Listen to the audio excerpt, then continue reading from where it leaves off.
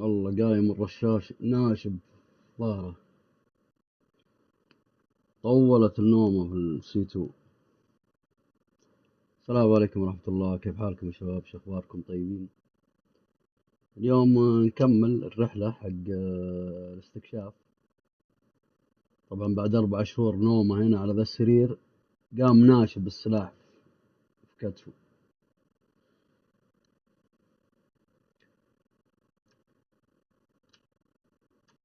يلا ما في مشكلة، نعالجه بعد شوي. ننزل نعالجه تحت نشوف. برضو اليوم بنبث حق المهرجان ذا حقهم.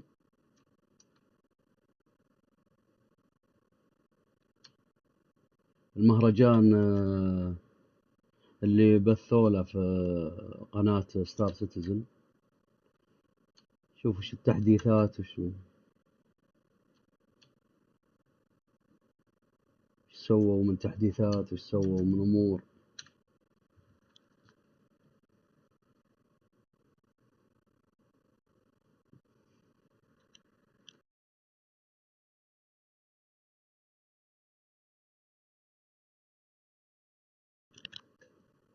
برضو برجع السي 2، باخذ السي 1، نطلع نكمل الرحلة على السي 1.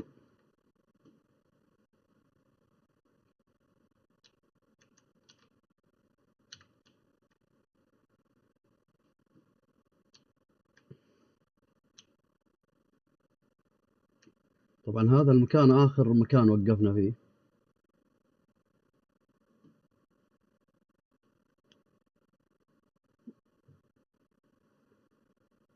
فشكله فيه صار تحديثات واجد على الخريطة.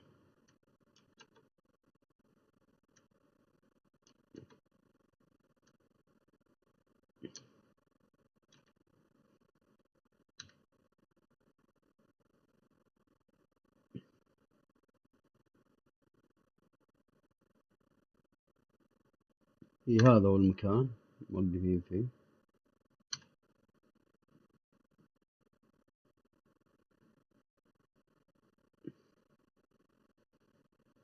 طيب بنرجع على ميكروتيك، نغير بس الطيارة ونطلع ونشوف المدرج الجديد.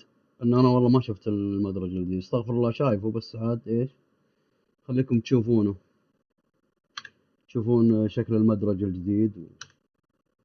حتى هنا العدادات وذي اختلفت، بس نفس اتوقع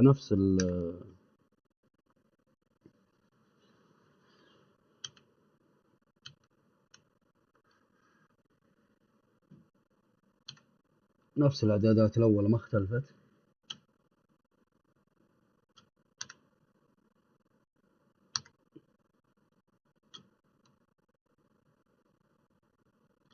طيب ورا ما يطلع ذا.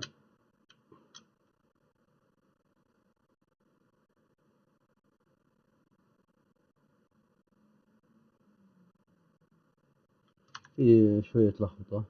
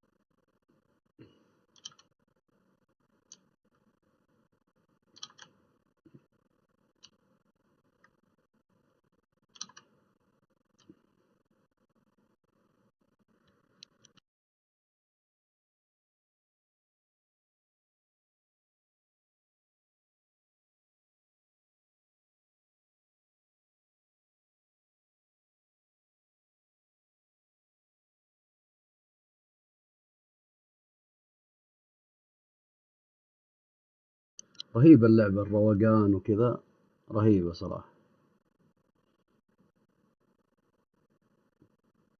حقين الفضاء وما الفضاء والكواكب، هذا اللعبة لكم صراحة.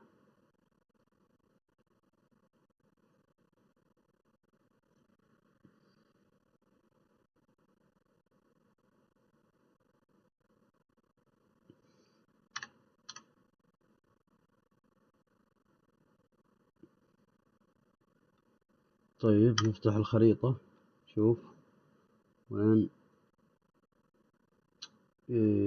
ما عدلت الخط، لحظة شوي.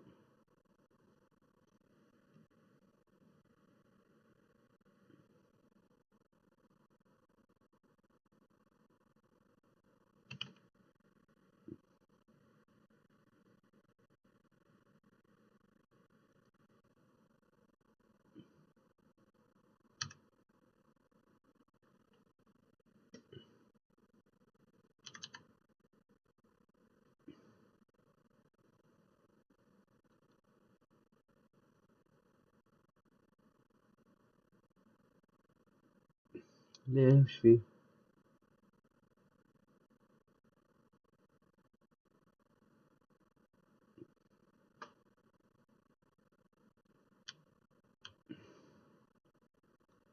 بعدين ذا الخريطة اللي في النص دي،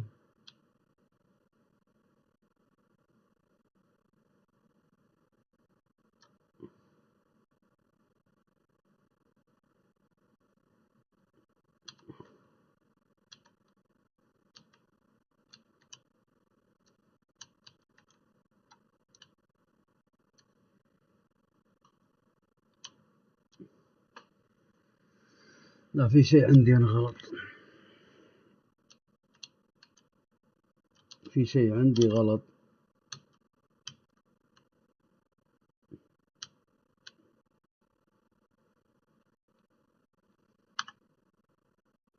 طفت ذي ولا وش السالفة؟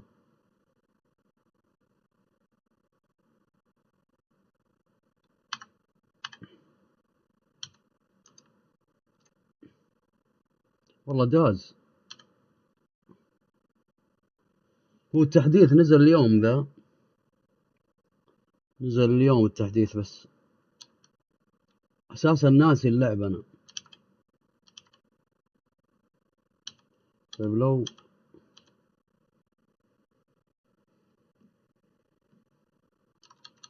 طيب طف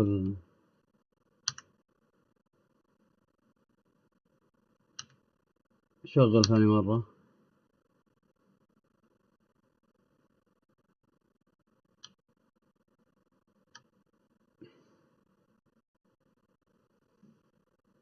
والله رجع دز.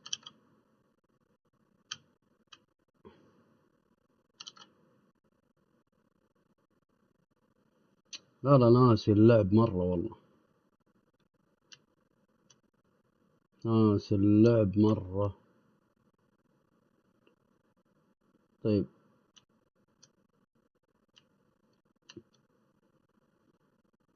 نيو بابج نقدر نحددها الحين؟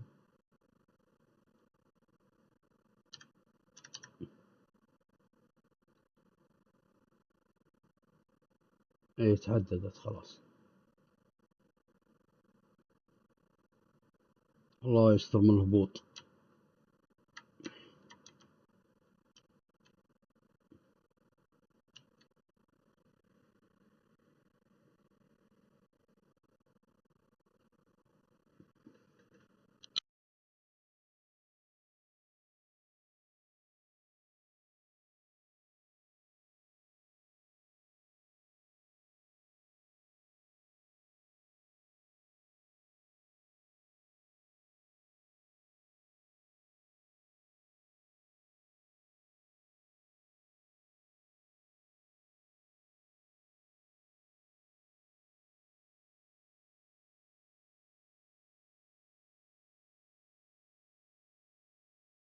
يلا ليل ليل، يلا يا ليل، هذه يا ليل، هذه يا ليل.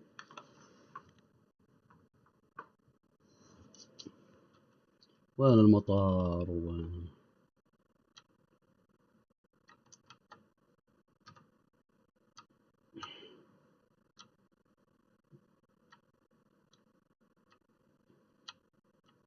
أزرار قامت تصامخ. وين المطار؟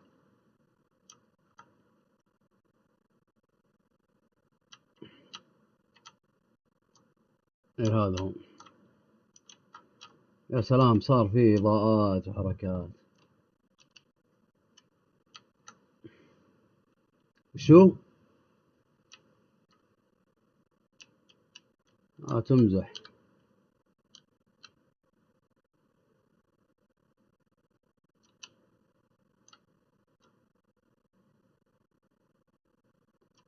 وش فيها ما تمشي كذا ليش؟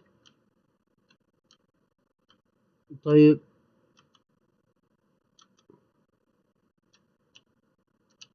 والله في أنظمة تغيرت علي أنا، في أنظمة تغيرت علي واجد.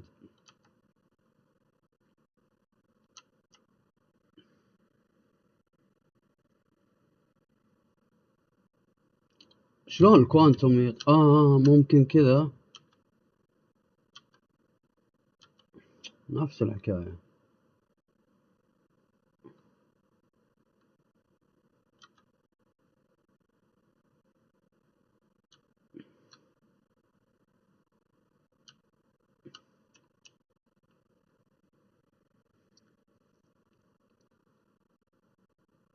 والله السواقة اختلفت علي بس.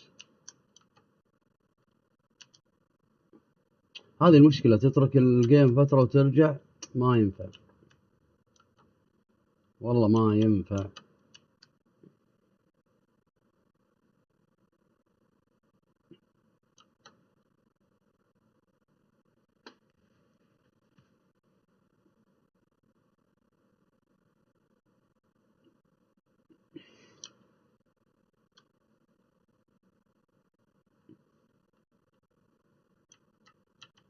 الله يستر من الهبوط.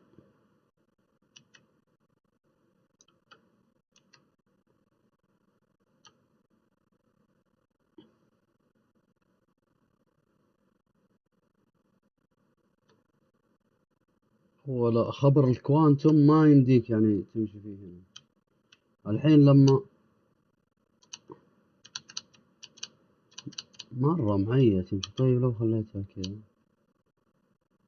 طاحت طاحت طاحت طاحت، الله يخرب بيتها.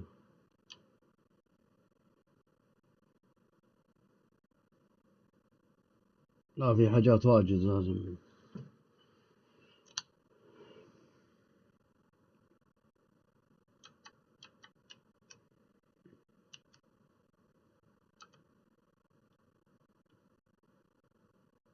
طيب ارتفع شوي عشان ناخذ هبوط سليم.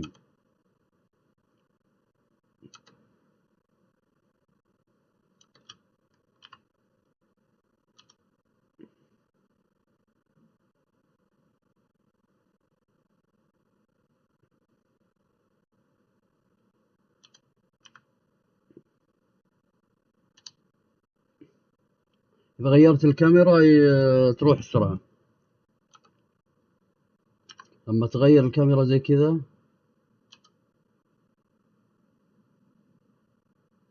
توقف الطيارة. شوف، ايه شفت؟ أنا معلق على اللي قدام ذا، بس أول ما تغير الكاميرا خلاص توقف. هذه مشكلة هنا. شوف الحين لازم ترجع تضغط اللي يقدمك من أول جديد، أو إني أنا اللي ملقلق، أو المشكلة عندي أنا.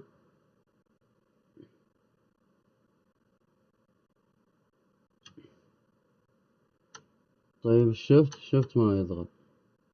والله أتوقع أنا اللي ملقلق، لأن شوف راحت السرعة من نفسها مع المسافة تروح. لا طيب ريكوست،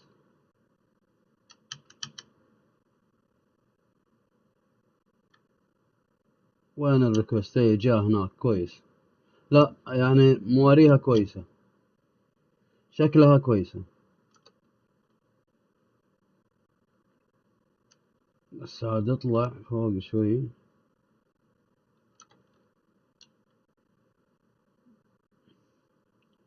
شوف الملبق ذا وشلون نجي ملبق المدرج يا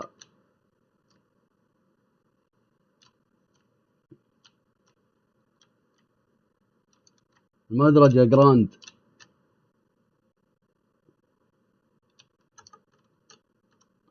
طيب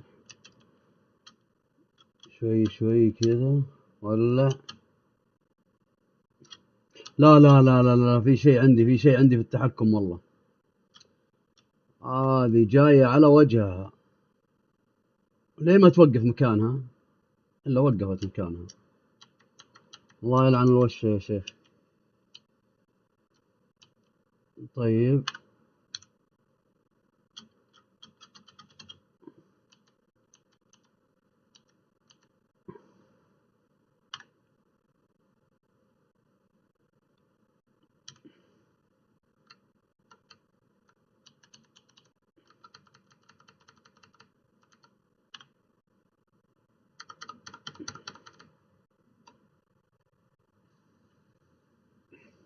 الله الله الله الله الله الله، ايش فيها؟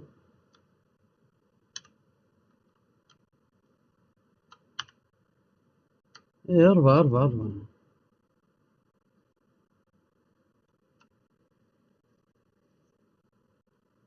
ممتاز.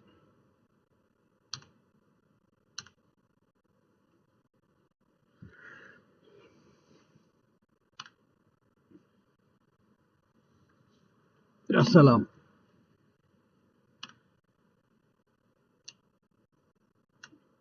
الحين نوريكم بس صوت ذا عالي مرة والله، صوت المؤثرات، صوت المؤثرات مرة عالي.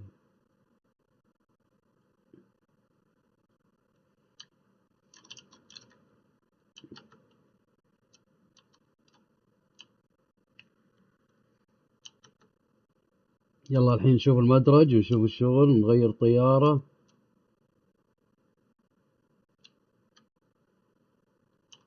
ما ادري لو رجعتها بذي اقدر اسوي لها ستور بهذه مرة واحدة. اي عادي تقدر نفس الاول تسوي لها ستور اذا طلبت ذي، اذا طلبت ذي عادي.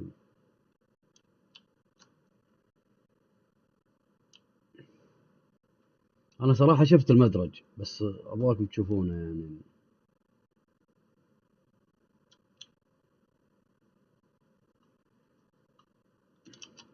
طيب ننتظر لين تنزل ذي،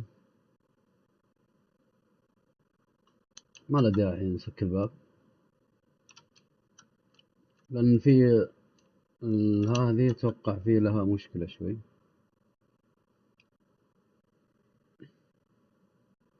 ذيل السي 2 ما يزبط هنا.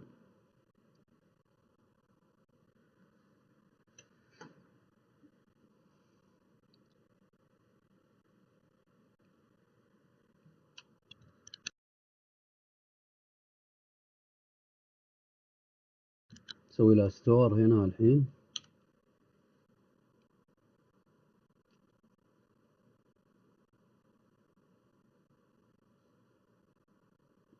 شوف المدرج شوف الطريقة الجديدة.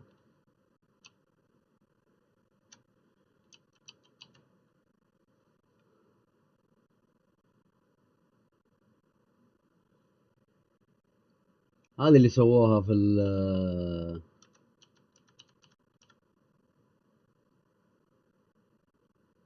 وش اسمه، المؤثرات ما طلعت طبعا، مخفف صوت المؤثرات ونقول طيب والله صوت المؤثرات عالي.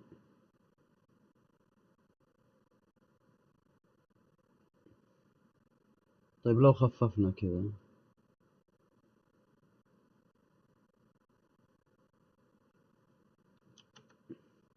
طيب الحين نطلب السي 1. لا ما نطلب سي 1، نطلب السيارة وبعدين السي 1. يعني اقصد اللي نحتاجه في السي 1. ايش نحتاج في السي 1؟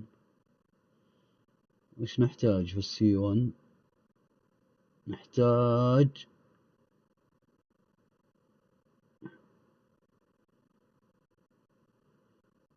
وش ذي؟ أرسل.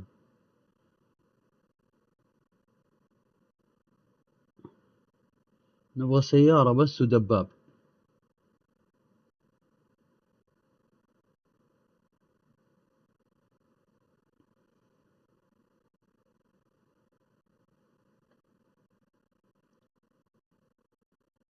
الظاهر هذه أول واحدة، خلنا نشوفها وش هي.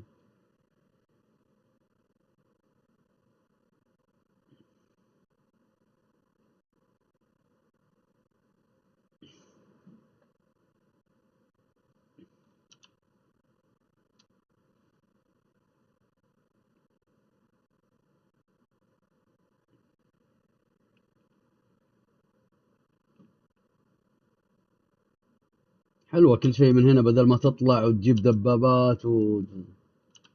والفيلم اللي أول في ماكروتيك الحين كل شيء من هنا.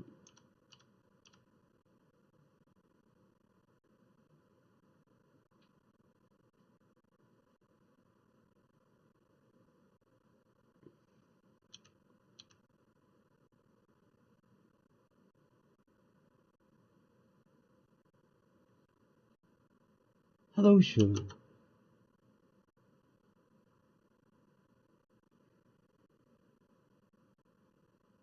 هذه يا سلام.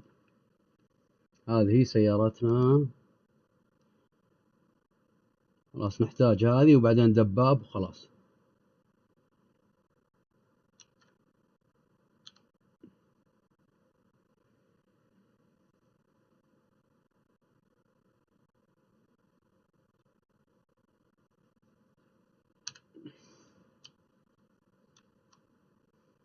الشاشات اختلفت والله. الشاشات اختلفت.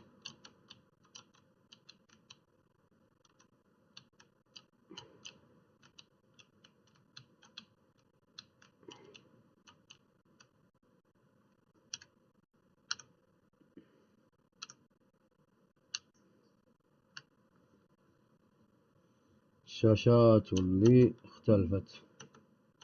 طيب الحين بس نجيب الدباب.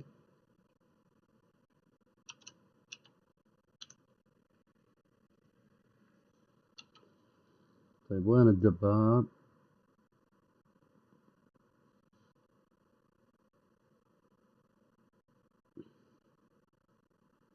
هذا هو.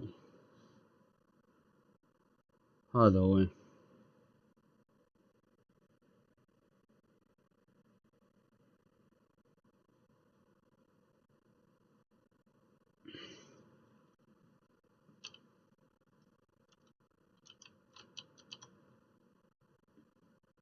والله حلوة الحركة دي.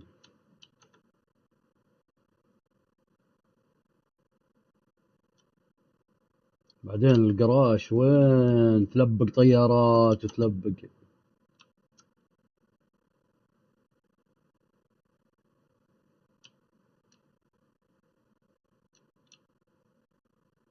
شلون كلها اختلفت ذي؟ شو السالفة؟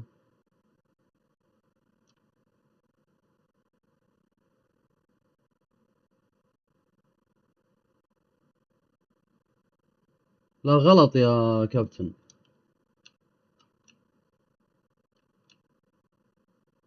غلط الطريقة ذي. امم الا توها لسه جاية الحين. اي اول شيء ينزل تحت بعدين يجيب لك ذا ويجي. اي صح صح.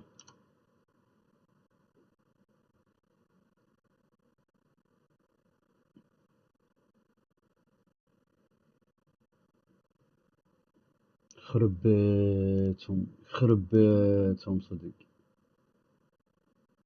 مو باين الدباب.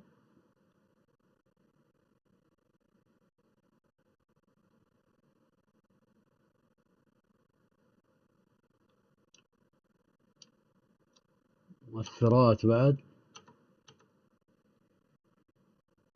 اي اول شيء طلع الحاجات اللي تبغاها تركبها معك في الطيارة بعدين الطيارة نفسها. يا عيني. يا عيني على المعلومة. هذا عاد سواقته تجيب الهم هنا. لا يا شيخ. لا تقول فصل. لا تقول فصل.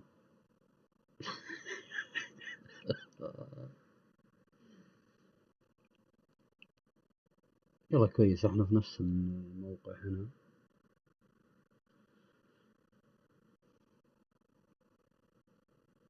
خلينا نشوف يرجع لنا اغراضنا ولا لا.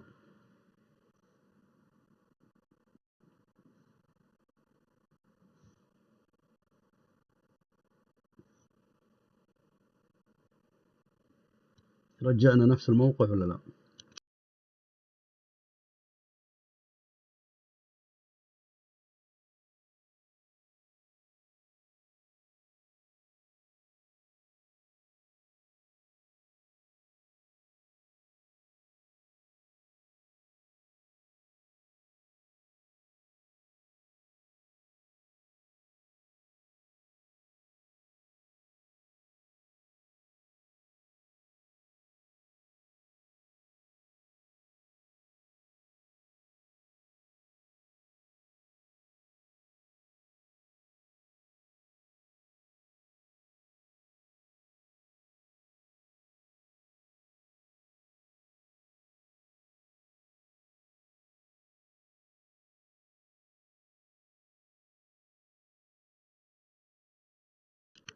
طيب على بال ما يبدأ ذا الجيم شكله بيطول،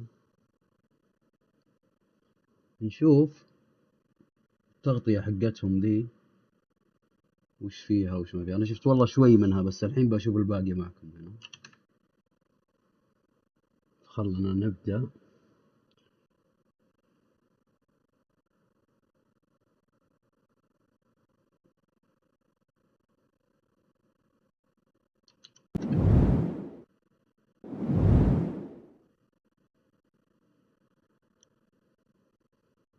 طبعا ما راح نشوف ذي كلها، كم مدتها؟ 9 ساعات، المدة 9 ساعات مو مزح. فبنشوف نقطع يعني نمشي شوي كذا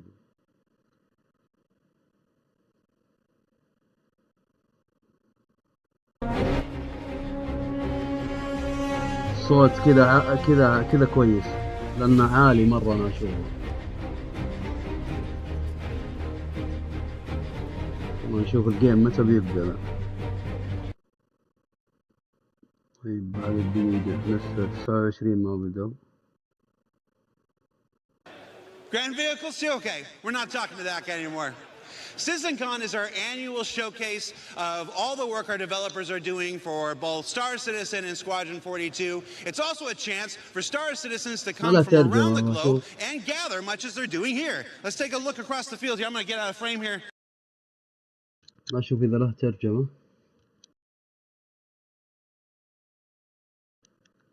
لا أحدث الصفحة بس.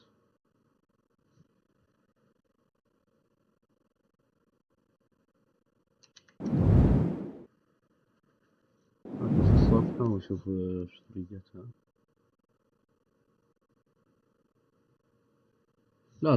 لا ترجمة مين؟ ترجم مين يا كابتن؟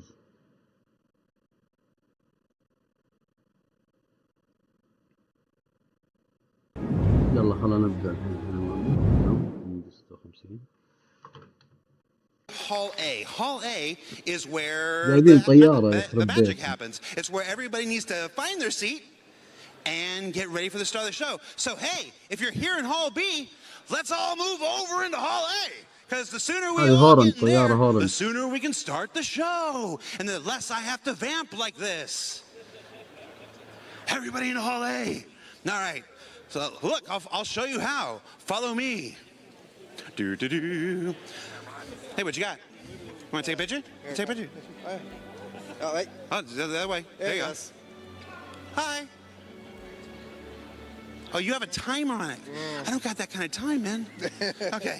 You want to? Here, I'll take the picture. No, I'm a professional. Hold on. Okay. No, let go. Let go. Let go. Oh, you got a battery. Yeah, I have to. I'll do it. So now you push the button. Yep. There you go. I'm a professional. Ready? Stand over there. Yeah. Hey, I gonna be.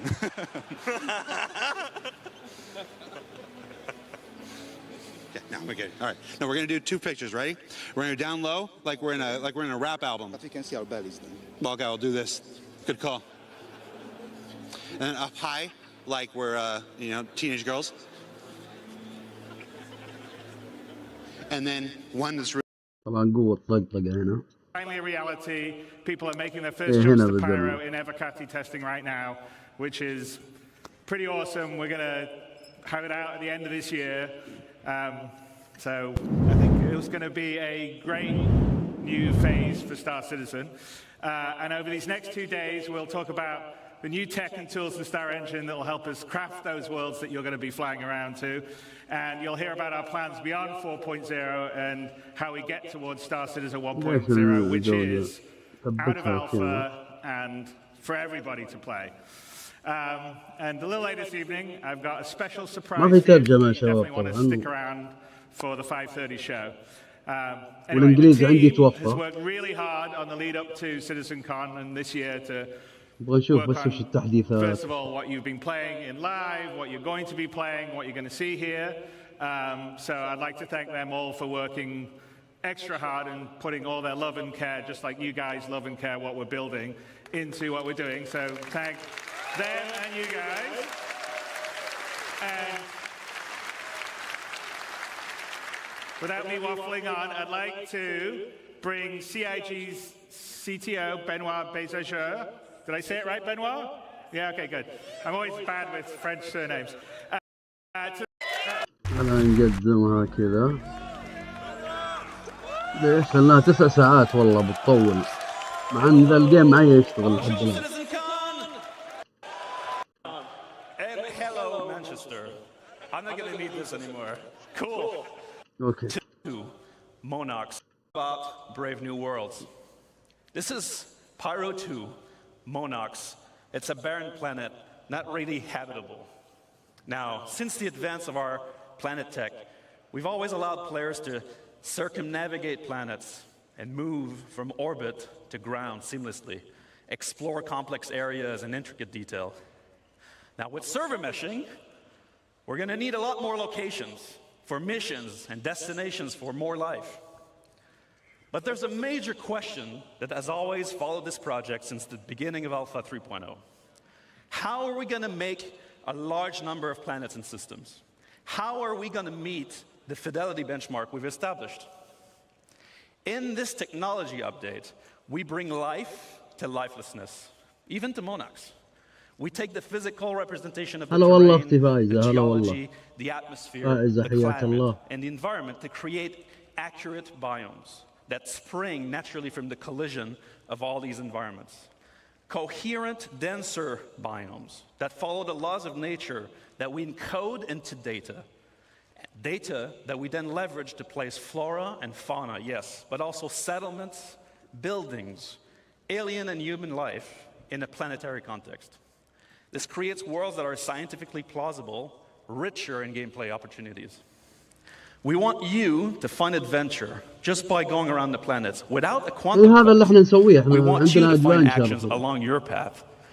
For this, we are changing how we made the game. We are scaling how we made the game in all areas. This is not just a Planet Tech update. This is a collection of systems that we call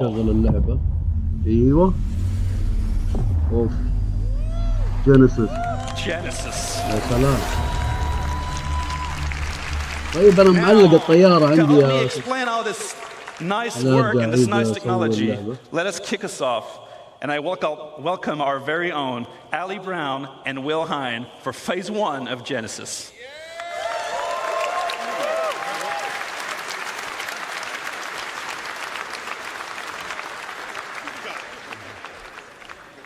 هذول اللي مضبطين الوضع.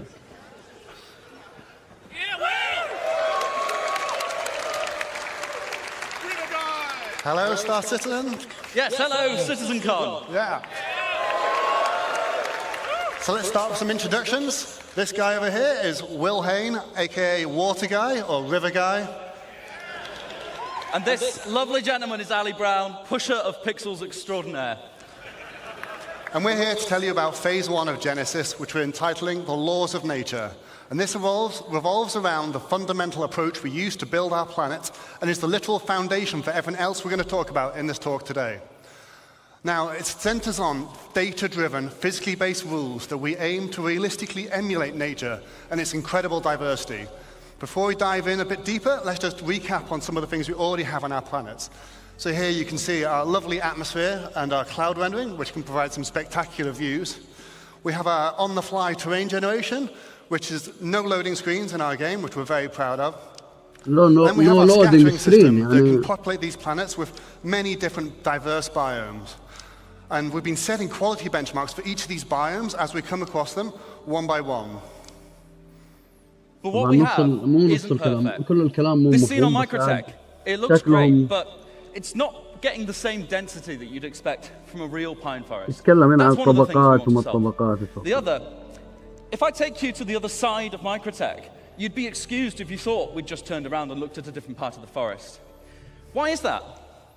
Well, this is because currently our artists create slices of biomes in great number, and then they distribute them across the planet using humidity and temperature properties. Each slice looks great in isolation, as you've seen, as you've explored. But this is not the solution to give us varied and natural biomes across an entire planet. Additionally, just using humidity and temperature limits us to only 2 degrees of variation. And that's not enough for the sorts of planets and worlds that we want to create and for you to explore. So how are we going to scale up our planet generation? Well, as I said before, we're going to start with physically based rules that drive everything. We want nothing to feel random on these planets.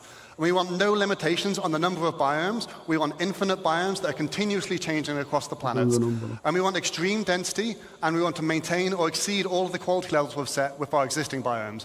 And most importantly, we want it to be scalable so that we can really scale up to the level of content that the designers are expecting. And from your perspective, we want you to be able to truly explore and find unique playing opportunities everywhere on our planets. So to start this, on our planets, we have temperature, which we define locally and globally, and humidity, and that's it for now. With Genesis, we add many other data sets, such as the geology type, the soil type, and then we also go for things like the soil depth and the quality and the nutrients and many other properties all drive this complex data set that we use to build rule sets on.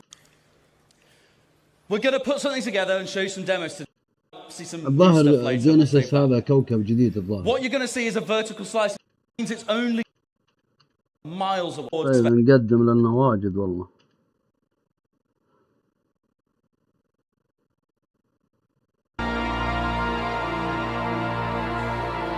work in progress يعني باقي شغالين على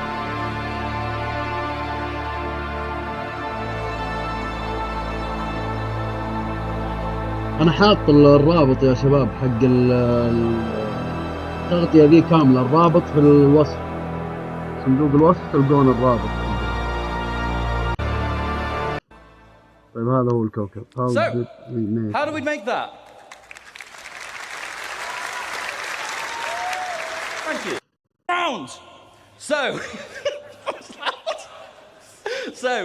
in our previous terrain shader, we just switched between different ground textures depending on climate and didn't really consider the unique properties of each. طبقات وما طبقات حطوها. What Ali said, we want to emulate laws of nature. So in Genesis, we have rule sets, and that's what we're doing. أخف في الداونلود. It's a bit snowy, but when you look closer, it's constantly changing, and we're now able to accurately represent that with our changing data. Another very important factor to mention is the distant look. In this screenshot, you don't see a single tree, and yet the terrain is still green. المسافات يعني لما تناظر مسافة يجيك شيء ولما تقرب يشتغل طبقة ثانية. حلو. الجيم يشتغل يا شباب.